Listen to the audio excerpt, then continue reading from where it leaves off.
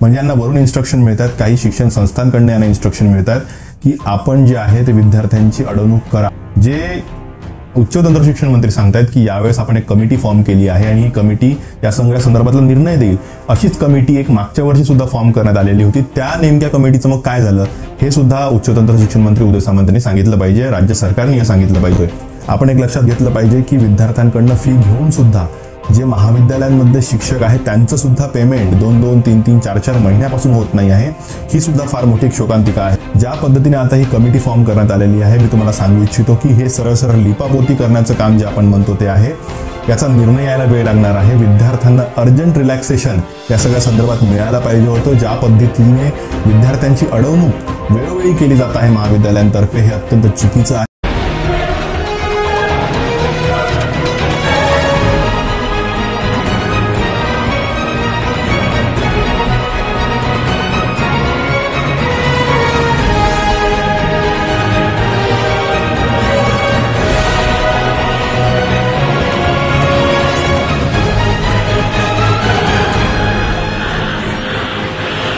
विद्यार्थी मित्रांनो नमस्कार, टू द पॉइंटच्या आपल्या या तिसऱ्या भागामध्ये आपल्या सगळ्यांचं स्वागत आहे। आणि आज आपण परत बोलणार आहोत महाविद्यालयीन फी बद्दल। आपल्याला माहिती आहे काल राज्याचे उच्च तंत्र शिक्षण मंत्री उदय सामंत यांनी एक पत्रकार परिषद घेतली आणि या पत्रकार परिषदेमध्ये त्यांनी असं सांगितलेलं आहे की जी महाविद्यालयीन फी आहे ती कमी करायची की वाढवायची की तितकीच ठेवायची, त्या संदर्भात एक कमिटी फॉर्म करण्यात आलेली आहे आणि ही कमिटी निर्णय घेणार आहेत या सगळ्या फी संदर्भात। या सगळ्या संदर्भात एका पत्रकाराने प्रश्न विचारला की या कमिटीचा रिपोर्ट नेमका कधी येणार आहे, तर त्याचं काही स्पष्ट उत्तर राज्याचे उच्च तंत्र शिक्षण मंत्री उदय सामंत यांनी दिलेलं नाही आहे। त्यांनी असं म्हटलेलं आहे की मार्चपर्यंत म्हणजे मार्च 2022 पर्यंत याचा रिपोर्ट येईल, 1 महिन्यात त्याचा रिपोर्ट येईल। त्यामुळे यावर कुठली स्पष्टता त्यांनी दिलेली नाही आहे। मात्र या सगळ्यातनं विद्यार्थ्यांना कुठले आहेत ते मी तुम्हाला आधी सांगू इच्छितो। आपण स्क्रीनवर बघू शकता स्क्रीनशॉट्स आहेत, आपण बघू शकता की इथं क्लिअरली लिहिलेलं आहे की student should clear all the dues in account section by paying remaining total college fees as applicable after this college will invert the exam form. म्हणजे अजून सुद्धा विद्यार्थ्यांचे एक्झाम फॉर्म जे आहे ते इन्वर्ट केले जात नाही आहे। पुढे असं म्हटलेलं आहे की स्टुडंट कॅन पे हिज और her fee form by using the student login मधून तुम्ही पे करा। पुढे एक अजून स्क्रीनशॉट आपण बघू शकता, त्यामध्ये असं म्हटलेलं आहे की अभियांत्रिकेचे शुल्क कमी करण्यास सकारात्मक उच्च तंत्र शिक्षण मंत्री उदय सामंत। हे कधी होईल याबद्दल कुठलीही स्पष्टता नाही।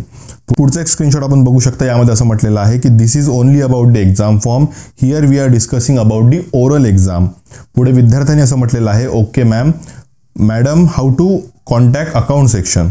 मॅडमने विचारलेलं for what fee structure, madam can you please share the official GR, fee paid otherwise oral term will not be conducted. असा एखादा GR आहे का तो आम्हाला तुम्ही पाठवा।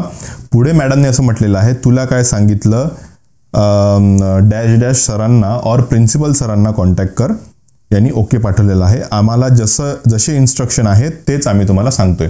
म्हणजे यांना वरून इन्स्ट्रक्शन मिळतात, काही शिक्षण संस्थांकडून यांना इन्स्ट्रक्शन मिळतात की आपण जे आहे ते विद्यार्थ्यांची अडवणूक करा। म्हणजे विद्यापीठाने असं एक सर्क्युलर काढलं होतं, आपल्याला माहिती आहे की विद्यार्थ्यांचे फॉर्म अडवले जाऊ नयेत। तर यांनी काय केलं आहे आता की विद्यार्थ्यांचे जे ओरल आहेत प्रॅक्टिकल्स आहेत ते पेंडिंग ठेवले आहेत। पुढचा अजून एक स्क्रीनशॉट आपण बघू शकता, हे विद्यापीठाचं जे सर्क्युलर आहे ते आहे। पुढे या सर्क्युलर पब्लिश केल्यावर सुद्धा बरेचशा महाविद्यालयांनी विद्यार्थ्यांची अडवणूक केलेली आहे। याचा स्पष्ट अर्थ असा आहे की विद्यापीठाचं महाविद्यालयांवर नियंत्रण नाही। पुढचा एक स्क्रीनशॉट आपण बघू शकता की सर कॉलेजवाले एक्झाम फॉर्म इन्वर्ट करत नाही आहे, प्लीज काहीतरी करा। अजून एक स्क्रीनशॉट आपण बघू शकता दादा कॉलेज फॉर्म इन्वर्ट करत नाही आहे, फॉर्म वेटिंगला ठेवलेत। पुढचा अजून एक आपण स्क्रीनशॉट बघू शकता do payment through your exam form log in to university the student also. काही विद्यार्थ्यांचे म्हणजे जे रेग्युलर विद्यार्थी आहे ज्यांनी फी पेड केली आहे त्यांची ओरल घेऊन टाकली या महाविद्यालयांनी। आणि खाली असा मेसेजमध्ये म्हटलेलं आहे QSCT and CM oral pending students have paid their full fees, they are instructed to contact with me, I will conduct their oral after 5 PM। म्हणजे तुम्ही आधी तर फी भरल्यानंतर मला कॉन्टॅक्ट करा आणि कॉन्टॅक्ट केल्यानंतर तुमची जी ओरल आहे ती घेतली जाईल। अतिशय भयावह प्रकार आहे आपल्या महाराष्ट्रामध्ये घडतोय आणि यावर कुठलंही नियंत्रण राज्य सरकारचं नाही, हे अतिशय महत्त्वाचं आहे। यावर राज्य सरकारने नियंत्रण ठेवायला पाहिजे होतं, पण यावर कुठलंच नियंत्रण जे आहे ते राज्य सरकारने ठेवलेलं नाही।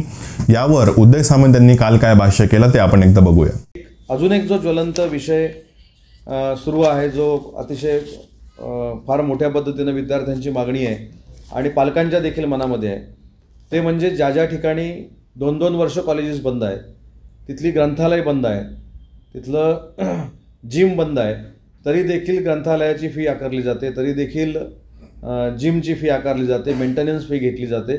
तर थोडीफार जी काय भावना आहे विद्यार्थ्यांची की फी कमी करावी, तर त्यासाठी एक कमिटी असते. तर आपण बघितलं की उदय सामंत यांनी प्रेस कॉन्फरन्स घेऊन स्पष्टपणे सांगितलेलं आहे की विद्यार्थ्यांची मागणी आहे, त्यांच्या पालकांची मागणी आहे, लायब्ररी फी आहे, डेव्हलपमेंट फी आहे, बऱ्याचशा फी जे आहे ते महाविद्यालय शिक्षण संस्था घेत आहेत आणि यावर कुठेतरी रोक लावली पाहिजे. ही जी बाब आहे ही माननीय शिक्षण मंत्र्यांना सुद्धा माहिती आहे, शासनाला सुद्धा माहिती आहे. मग यावर कारवाई का होत नाही? जे उच्च व तंत्र शिक्षण मंत्री सांगतायत की यावेळेस आपण एक कमिटी फॉर्म केली आहे आणि ही कमिटी या सगळ्या संदर्भातला निर्णय देईल. अशीच कमिटी एक मागच्या वर्षी सुद्धा फॉर्म करण्यात आलेली होती. त्या नेमक्या कमिटीचं मग काय झालं हे सुद्धा उच्च व तंत्र शिक्षण मंत्री उदय सामंत यांनी सांगितलं पाहिजे, राज्य सरकारने हे सांगितलं पाहिजे. यामध्येच अजून एक मुद्दा असा आहे की सगळेच महाविद्यालय विद्यार्थ्यांची अडवणूक करत आहे असं नाही. काही महाविद्यालय आहे ज्यांनी विद्यार्थ्यांना समजून घेतलेलं आहे. त्यानंतर काही महाविद्यालय, काही शिक्षण संस्था स्वतःहून पुढे आलेल्या आहेत आणि त्यांनी असं सांगितलेलं आहे की आम्ही कॉलेजची असेल, शाळेची असेल फी कमी करू. बरेचसे नागपूरचे महाविद्यालय न्यूजमध्ये वाचायला मिळालं की त्यांनी जी फी आहे ती कमी केलेली आहे. याची दुसरी बाजू जर समजून घ्यायची झाली तर बऱ्याचशा शिक्षकांचं असं म्हणणं आहे की जर फीज भरली नाही तर मग आमचं पेमेंट कसं होणार, शिक्षण संस्था कशा चालणार, महाविद्यालय कसे चालतील. तर त्यांचं म्हणणं सुद्धा अगदी बरोबर आहे. परंतु इथे विषय जो आहे तो विद्यार्थ्यांचा आहे आणि विद्यार्थ्यांची अडवणूक जी चुकीच्या पद्धतीने केली जाते आहे त्यावर आपण बोलतोय. आपण एक लक्षात घेतलं पाहिजे की विद्यार्थ्यांकडनं फी घेऊन सुद्धा जे महाविद्यालयांमध्ये शिक्षक आहेत त्यांचं सुद्धा पेमेंट 2-2, 3-3, 4-4 महिन्यापासून होत नाही आहे. ही सुद्धा फार मोठी शोकांतिका आहे. यावर सुद्धा कोणी बोलायला तयार नाही आणि त्यामुळेच आपण जो मुद्दा मांडतोय तो कुठल्याही शिक्षकाचा किंवा महाविद्यालयाच्या किंवा शिक्षण संस्थेच्या विरोधात नाही, पण ज्या शिक्षण संस्था, जे महाविद्यालय विद्यार्थ्यांची अडवणूक करू पाहत आहेत त्याबद्दल आपण बोलतोय. यामध्ये एक महत्त्वाचा मुद्दा असा सुद्धा आहे की मागील 2 वर्षापासून जे विद्यार्थी आहेत सातत्याने कॉलेजची फी भरतायत आणि त्यामध्ये विद्यार्थ्यांना कुठेही रिलॅक्सेशन मिळालेलं नाही. ज्या पद्धतीने आता ही कमिटी फॉर्म करण्यात आलेली आहे, मी तुम्हाला सांगू इच्छितो की हे सरळ लिपापोती करण्याचं काम जे आपण म्हणतो ते आहे. याचा निर्णय यायला वेळ लागणार आहे. विद्यार्थ्यांना अर्जंट रिलॅक्सेशन या सगळ्या संदर्भात मिळायला पाहिजे होतं. ज्या पद्धतीने विद्यार्थ्यांची अडवणूक वेळोवेळी केली जात आहे महाविद्यालयांतर्फे हे अत्यंत चुकीचं आहे आणि यामध्ये राज्य सरकारने तातडीने लक्ष घालणं गरजेचं होतं. पण यावर एक कमिटी फॉर्म केली आणि मग तो निर्णय देईल, त्याचा अहवाल येईल, त्यावर निर्णय होईल. या सगळ्या प्रोसिजरला जे आहे ते वेळ लागणार आहे. जर आपल्याला माहितीच होतं तर मग मागच्या वर्षी जी कमिटी फॉर्म झाली त्या कमिटीचा रिपोर्ट आला नाही आला हे सुद्धा जाहीर करायला हवं, जेणेकरून विद्यार्थ्यांना, त्यांच्या पालकांना सुद्धा कळेल की राज्य सरकार नेमकं किती गंभीर या सगळ्या विषयावर आहे. त्यामुळेच हा जो विषय आहे अत्यंत ज्वलंत आहे आणि विद्यार्थ्यांनी सुद्धा आपला आवाज वेरियस सोशल मीडियाच्या माध्यमातून बुलंद करायलाच पाहिजे असं माझं ठाम मत आहे. आणि राज्य सरकारने जी कमिटी फॉर्म करण्याचा निर्णय घेतलेला आहे हे सुद्धा मी तुम्हाला सांगू इच्छितो की सरळ लिपापोती करण्याचं काम आहे. विद्यार्थ्यांना अर्जंट रिलॅक्सेशन या सगळ्या संदर्भात मिळायला पाहिजे होतं, जे कुठेच मिळताना दिसत नाही आहे. असंख्य अडचणी विद्यार्थ्यांना फीच्या माध्यमातून निर्माण होत आहेत. यावर आपण एक डिटेल व्हिडिओ याच्या आधी सुद्धा बनवलेला आहे, त्याची लिंक सुद्धा आपल्या डिस्क्रिप्शन बॉक्समध्ये मिळेल, तिथे जाऊन आपण तो व्हिडिओ चेक करू शकता. दुसरा एक महत्त्वाचा मुद्दा म्हणजे मला विद्यार्थ्यांना अपील करायची आहे की असे सगळे जर मुद्दे हायलाईट करायचे असतील तर आपल्या सगळ्यांचा साथ जो आहे तो फार महत्त्वाचा आहे. त्यामुळेच हा व्हिडिओ आपल्या मित्रांमध्ये जास्तीत जास्त शेअर करा, व्हिडिओला लाईक करायला विसरू नका आणि आपलं या सगळ्या संदर्भात काय मत आहे नक्की मला कमेंट्सच्या माध्यमातून कळवा. आपलेही जर काही मुद्दे असतील तर कमेंट्सच्या माध्यमातून, ईमेलच्या माध्यमातून आमच्यापर्यंत नक्की पोहोचवा, जेणेकरून आम्ही त्याला हायलाईट करण्याचं काम करू आणि विद्यार्थ्यांना कुठल्या पद्धतीने न्याय देता येईल यासाठी प्रयत्न करू. तर विद्यार्थी मित्रांनो, टू द पॉइंट आपण बोलण्याचा प्रयत्न केलेला आहे या विषयावरती. आपल्याला या सगळ्या संदर्भात काय वाटतं नक्की मला कमेंट्सच्या माध्यमातून कळवा. भेटूया आपल्या टू द पॉइंटच्या पुढील भागामध्ये. तोपर्यंत नमस्कार.